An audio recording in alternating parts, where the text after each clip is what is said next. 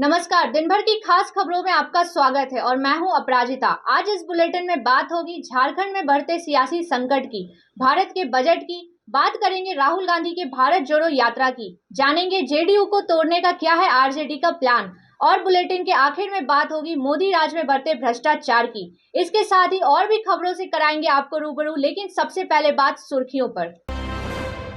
Gyanvapi case में आज अहम दिन। ज्ञानव्यापी तलगृह में पूजा पाठ जारी रहेगा। हाईकोर्ट ने खारिज की मुस्लिम पक्ष की याचिका। इंतजामिया कमेटी की ओर से प्रेस रिलीज जारी कर सभी मुस्लिम को अपील की गई है कि वे आज अपनी दुकान बंद रखें और जुमे की नमाज पढ़ें।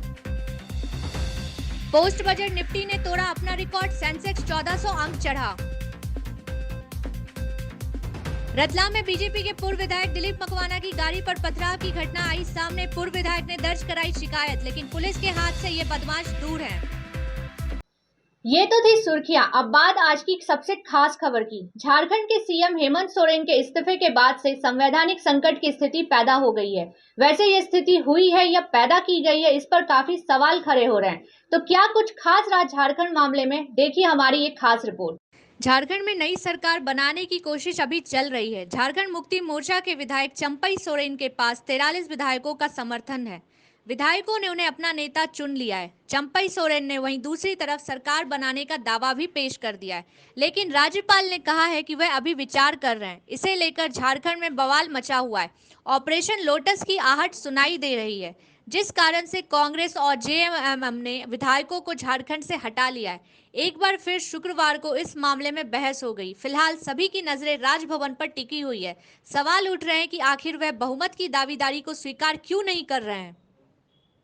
बहुमत है पर सरकार नहीं बनाने दी जा रही है। झारखंड में अब राजभवन से सुप्रीम कोर्ट तक सबकी नजरें हैं, तो नजरें भारत के बजट पर भी लगी हुई थी। बीते दिन वित्त मंत्री निर्मला सीतारमण ने सत्र का अंतरिम बजट पेश किया, जिसके बाद से सियासी बयानबाजी तेज हो गई। बजट को निराशाजनक बताते हुए विपक्ष केंद्र सरकार पर हमलावार है। अपनी प्रतिक्रिया देते हुए नेता प्रियंका गांधी ने भी सरकार पर सवाल उठाए हैं। क्या कहा प्रियंका ने, जानने के लिए देखिए हमारी खास रिपोर्ट। प्रियंका गांधी ने ये दावा किया है कि भारत की जनता जिन दो बड़ी मुसीबतों का सामना कर रही है वो है बेरोजगारी और महंगाई। केंद्र सरकार के बजट में इन दोनों मुसीबतों से निपटने के क्या उपाय किए गए हैं। बेरोजगारी सारे रिकॉर्ड तोड़ चुकी है। आईआईएम और आईआईटी जैसे देश के बड़े संस्थान प्लेसमेंट की चुनौती से जूझ रहे हैं। महंगाई और बेरोजगारी रोक पाने में नाकाम भाजपा सरकार ने हर वर्ग को निराश किया है। जहां एक तरफ बजट से लोगों को निराशा मिलती है, वहीं दूसरी तरफ राहुल गांधी की भारत जोड़ो यात्रा काफी सुर्खियां बटोर रही है। तो क्या रहा न्याय यात्रा में खास, देखिए हमारी एक खास रिपोर्ट।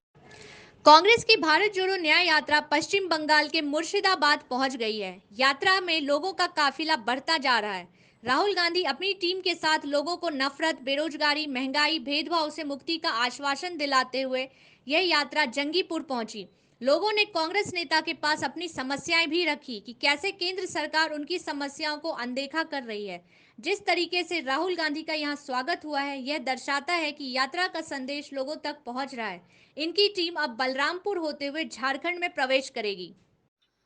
एक तरफ जहां झारखंड की जनता राहुल गांधी का इंतजार कर रही है, तो वहीं इंतजार आरजेडी की तरफ से भी हो रहा है। नीतीश कुमार के धोखे के बाद से आरजेडी बहुत संभल कर रणनीति बना रही है। तो क्या है आरजेडी की रणनीति, देखिए हमारी एक खास रिपोर्ट।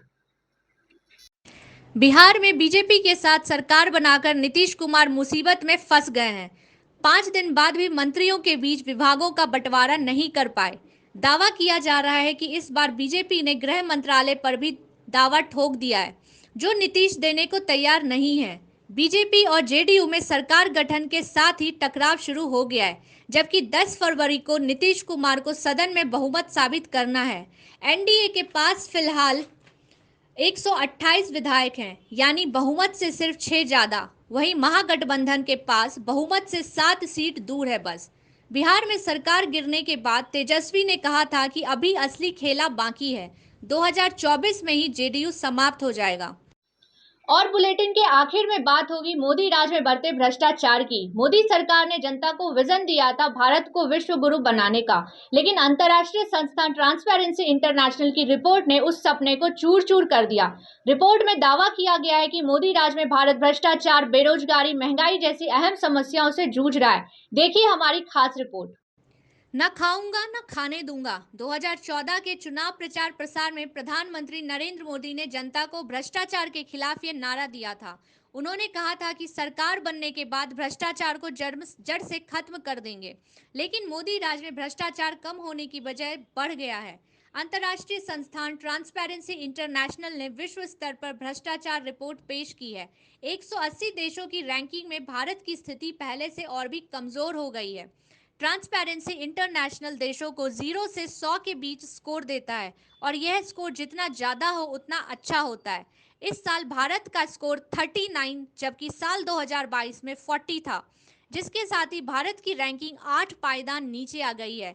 इस रिपोर्ट के बाद मोदी सरकार सवालों के घेरे में है। इसी तरीके की खास खबरों के लिए बने रहे हमारे साथ यानी वांटेड टाइम्स के साथ।